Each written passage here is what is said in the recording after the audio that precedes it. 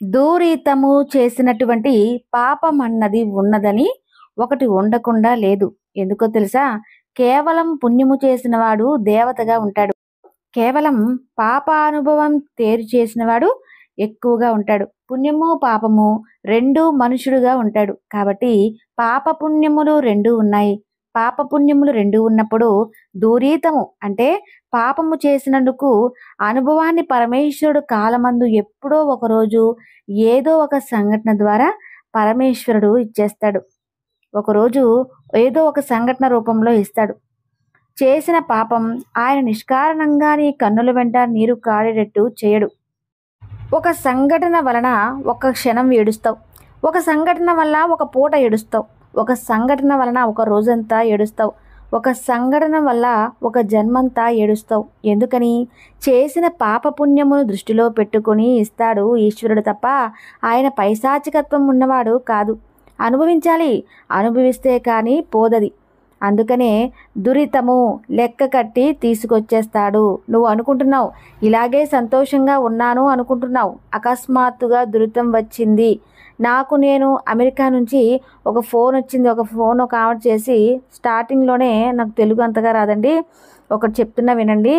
Hours happies family అంది. అంటే మా కుటుంబం మొత్తం చాలా హ్యాపీగా ఉన్నాం, మళ్ళీ ఎంతో సంతోషంగా ఉంటూ ఉన్నాం అంటూ అకస్మాత్తుగా వాళ్ళ ఇంట్లో జరిగిన ఒక సంఘటన ఒకటి నాకు చెప్పింది. దానివల్ల ఇప్పుడు నేను, నా భర్త, నా పెద్ద కొడుకు అందరం కూడా నిశ్చింతగా నిద్రపోవట్లేదండి. ఎలా దీనికి పరిష్కారం అని చెప్పి ఆమె చెప్పిందనమాట. ఒక సంఘటన దాని ప్రభావం ఎంతైనా ఉండొచ్చు, నువ్వు చెప్పలేవు.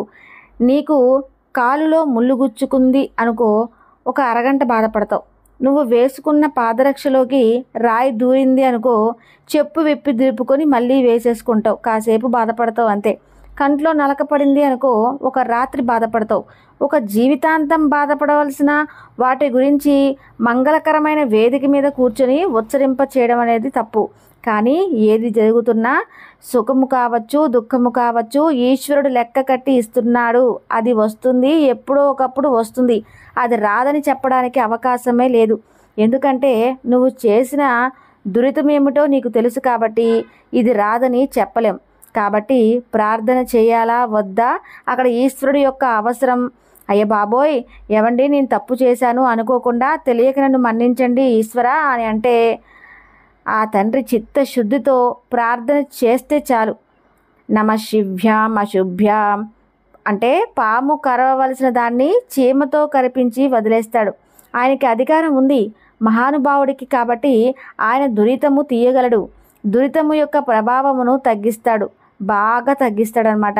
ఈ తగ్గించగలిగినటువంటి శక్తి కలిగిన వాడు దైవం ఒక్కటే కనుక ఆయన నీ కంటికి కనపడ్డా కనపడలేదా అని చూడకుండా రోజు ఆయన ప్రార్థనలో ప్రారంభం చేస్తాం. నేను అనుకుంటాను, అందుకే 108 నామాలతో పూజ అందుకే చేస్తారు. ఎందుకని? నేను ఏడవకుండా ఉండటం అంటే నాకు అనారోగ్యం రావటం వల్ల ఏడవటం కాదు. నా కొడుకు ఏదైనా కాలుకి బాగా దెబ్బ తగిలింది అనుకోండి, నాకు బాధ కాదా? అలాగే నా కొడుక్కి జ్వరం వచ్చింది అనుకోండి, నేను ప్రశాంతంగా ఉండగలనా?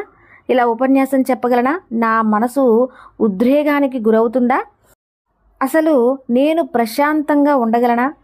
నేను అన్నీ ప్రశాంతంగా అంటే నేను ఆరోగ్యంగా ఉండటం కాదు. ఎవరెవరో ప్రశాంతంగా సంతోషంగా ఉంటే నా జీవితం ప్రశాంతంగా ఉంటుంది. వాళ్ళందరూ కూడా సుఖంగా సురక్షితంగా సంతోషంగా ఉండేటట్టు చేయగలిగినటువంటి శక్తి ఈ లోకం నందు పరమేశ్వరుడు ఒక్కడే. నా కొడుక్కి కాలు నొప్పి వస్తే నేను సంతోషంగా ఉంటానా? ఈ లోకం నందు పరమేశ్వరుడు ఒక్కడే. ఎంతమంది సంతోషంగా ఉండాలి అంటే వాళ్ళ పాపపుణ్యం అనుభవించడానికి వాళ్ళ యొక్క ఏ ఏ రాశులలో వాళ్ళు తిరుగుతున్నారు, గ్రహములు ఏ ఫలితాన్ని ఇస్తాయన్న దాన్ని బట్టి ఉంటుంది. జాతకం గ్రహాలు తిరగటం దీన్ని బట్టే ఉంటుంది. ఏ నక్షత్రంలో పుట్టాడన్న దాన్ని బట్టే ఉంటుంది. కానీ ఉన్నవి 27 నక్షత్రాలు. ఒక్కొక్క నక్షత్రానికి 4 పాదాలు. 27 × 4 108. ఈ 108 పాదములలో కుక్క పుట్టినా, పిల్లి పుట్టినా, పంది పుట్టినా, కొడుకు పుట్టినా, మనవడు పుట్టినా, భార్య పుట్టినా, ఎవరు పుట్టినా ఆ నక్షత్రాల్లోనే పుట్టారు. ఆ నక్షత్రాల్లో పుట్టిన అందరూ ప్రశాంతంగా ఉండాలి. ఒక్క నా కొడుకు నా కూతురే కాదు, లోకాంతంలో 108 పాదములలో పుట్టిన ఈ చరాచర జగత్తంతా సంతోషంగా ఉంటేనే సంతోషంగా ఉండాలి. ఇది విశాల హృదయం. 8 నామాలతో ఈశ్వరుణ్ణి పూజిస్తారు. అంటే ఎందుకు పూజిస్తారు? ఒకే దేవాలయం ప్రాంగణంలో ఏం చేయాలి అని అడిగారు అంటే, అక్షయ తృతీయ వచ్చింది అంటే దేవాలయంలో సుబ్రహ్మణ్యుడు ఉంటే అభిషేకం చేయించాలి. దేవాలయ ప్రాంగణంలో అది శివాలయం అయితే ఉమామహేశ్వర పూజ జరిగించాలి. లక్ష్మీనారాయణ దేవాలయం అయితే లక్ష్మీనారాయణుల యొక్క అర్చన జరగాలి. అక్షయ తృతీయ నాడు తప్పకుండా అందరూ ఈ పూజ చూడాలి. అందరూ ఆ పూజ చూసి తీర్థ ప్రసాదాలు పుచ్చుకోవాలి. అక్షయం అంటే ఏముంటుంది? ఈశ్వరుడు ప్రసాదం పుచ్చుకున్న ప్రసాదం అంటేనే అనుగ్రహం. అక్షయం. నీ జీవుడు ఎన్ని జన్మాలలో ఉన్నా ఈశ్వర అనుగ్రహం అక్షయం అవుతుంది, లేకుండా చేస్తుంది. ఆ రోజు ఈశ్వర పూజ విషయం నువ్వు అది నిజానికి నీ జీవితానికి ధన్యత. ఎన్ని జన్మలలో, ఎన్ని కోట్ల సంవత్సరంలో వీడు పూజలు చేశాడు, వీడికి విని అసలు లెక్క ఏంటి అని దానికి వాళ్ళు లెక్క పెట్టి సంఖ్య పెడతారనమాట. అలాగే అక్షయం అన్ని మార్లు పూజ చేశాడు అని లెక్క కడతారు. అది జీవితంలో మహాదృష్టం.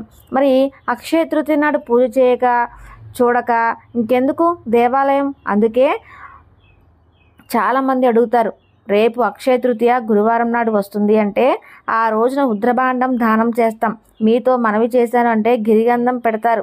ఆ రోజు సాయంకాలం అయ్యా నేను ఉపన్యాసం 1 గంట చెప్తాను, ఉపన్యాసమే ఉంది, రోజు వింటున్నారు, కావాల్సింది ఏంటి అంటే జరగాల్సింది అతిథి నాడు జరగాలి. కాబట్టి 1 గంట ప్రవచనం అయిపోయిన తర్వాత చక్కగా లక్ష్మీనారాయణుని స్వామి వేదిక మీదకి వేచి అక్షయ తృతీయ నాటి సాయంకాలం స్వామికి గొప్ప అర్చన జరుగుతుంది.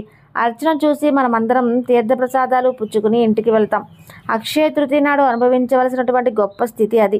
నీకేదో తెలుసో అది నేను నమ్ముకున్న నలుగురికి చేయించాలి, అందుకు ఇంత పెద్ద వేదిక, వాళ్ళందరూ ఇరుక్కొని కూర్చున్నది ఎందుకు? నువ్వు మాట్లాడవద్దు అంటే మాట్లాడడం మానేస్తామా? నువ్వు సెల్ ఫోన్ పట్టుకోవద్దు అంటే పట్టుకోవడం మానేస్తామా? కార్యకర్తల బ్యాడ్జీ వేసుకొని సింహద్వారం దగ్గర నిలబడి సెల్ ఫోన్ మాట్లాడి వింటున్న వాళ్ళు మీరు కార్యకర్తలే ఫోన్లు మాట్లాడొద్దు అని చెప్తే మేము పెద్దవాళ్ళతో మాట్లాడుతున్నాం అంటారు. అందుకని చెప్పి మేము ఇలాగే మాట్లాడతాం, ఇంకో చోటు కూర్చొని మాట్లాడతాం అనుకుంటూ వెళ్ళిపోతూ ఉంటారనమాట కార్యకర్తలు. చెప్పిన మాట విని నిలబడిపోయినటువంటి శ్రోతలున్నారే, అటువంటి వారి అభ్యున్నతి కొరకు ఎవరి వేదిక మీద కూర్చున్నా ప్రసంగం చేశాడో అందుకని రేపటి రోజున అక్షయ తృతీయ నాటి సాయంకాలం ఇదే వేదిక మీద లక్ష్మీనారాయణుల యొక్క తీర్థప్రసాదాలు పుచ్చుకొని ఈశ్వర అనుగ్రహానికి పాత్రులవుతాం. ఎప్పుడు చేయాలో అప్పుడు చేయవలసి ఉంటుంది. దురితము తరుముకొచ్చినా మనం భయపడకూడదు. ఈశ్వరుడి మీద భారం వేయాలి. ఎప్పుడూ ఈశ్వరుడినే తలుచుకుంటూ ఉండాలి. ఒకవేళ మనకు ఒక జ్వరం వచ్చిందనుకోండి, ఏమనుకుంటాం? అయ్యో మనకు జ్వరం వచ్చింది అని చెప్పేసి బాధపడి ఇంట్లో రెస్ట్ తీసుకుంటాం. ఈశ్వరుణ్ణి పువ్వులతోనూ అభిషేకాలతోనే కాదు, మనసులో స్మరించుకున్న ఆ శివయ్య వింటాడు. మనం ప్రతిరోజు కూడా ప్రతిక్షణం కూడా ఓం నమ శివాయ అనే మంత్రాన్ని మనం జపిస్తే మనకెన్నో అద్భుతమైన ఫలితాలు కలుగుతాయి. అలానే ఎన్ని దుఃఖంలో ఉన్నా ఈశ్వరుడు మనం 100 సార్లు పిలిస్తే ఒక్కసారి నాకు పలకకుండా ఉంటారా? ఉండడు. ఎందుకంటే ఈశ్వరుడు ఎప్పుడు మన గురించి ఆలోచిస్తూ మనల్ని ఎప్పుడైనా తలుచుకుంటే సహాయం చేద్దాంలే అనుకుంటారు ఈశ్వరుడు. అందుకే మనం తలుచుకుంటూనే ఉన్నామనుకోండి, ఈశ్వర అనుగ్రహంతో మనం ఏదైనా తప్పు చేస్తుంటే ఈశ్వరుడు ఖండిస్తాడు. ఏది తప్పో ఏది రైటో దగ్గరుండి మనల్ని ముందుకు నడిపించే అంత కరుణామూర్తి ఈశ్వరుడు. కాబట్టి ప్రతి ఒక్కరుడు కూడా ఈశ్వరుడు యొక్క ధ్యానాన్ని చేస్తూ ఉంటే ఆ పరమేశ్వరుడు ఎప్పుడు మనతోనే ఉంటాడు. దురితము అంటే అర్థం తెలుస్తుంది కదండి. చేసిన పాపం యొక్క కర్మఫలం. ఎప్పుడు కర్మఫలం అప్పుడే అనుభవిస్తాం. అంటే ఈ జన్మలో చేసింది వచ్చే జన్మలో కాదు, ఈ జన్మలో చేసింది ఇప్పుడే ఈ క్షణమే కూడా అనుభవించాల్సిన పరిస్థితి కూడా వస్తుంది. కాబట్టి ప్రతి ఒక్కరూ కూడా దురితము పాపము చేయటానికి ముందు అడుగు వేయకండి. చేసేది తప్పో కరెక్టో మన మనసు మనకి చెప్తూనే ఉంటుంది. దాన్ని మనం అనుకూలంగా నడుచుకున్నట్లయితే మన జీవితంలో ఎన్నో అద్భుతమైన ఫలితాలు కలుగుతాయి.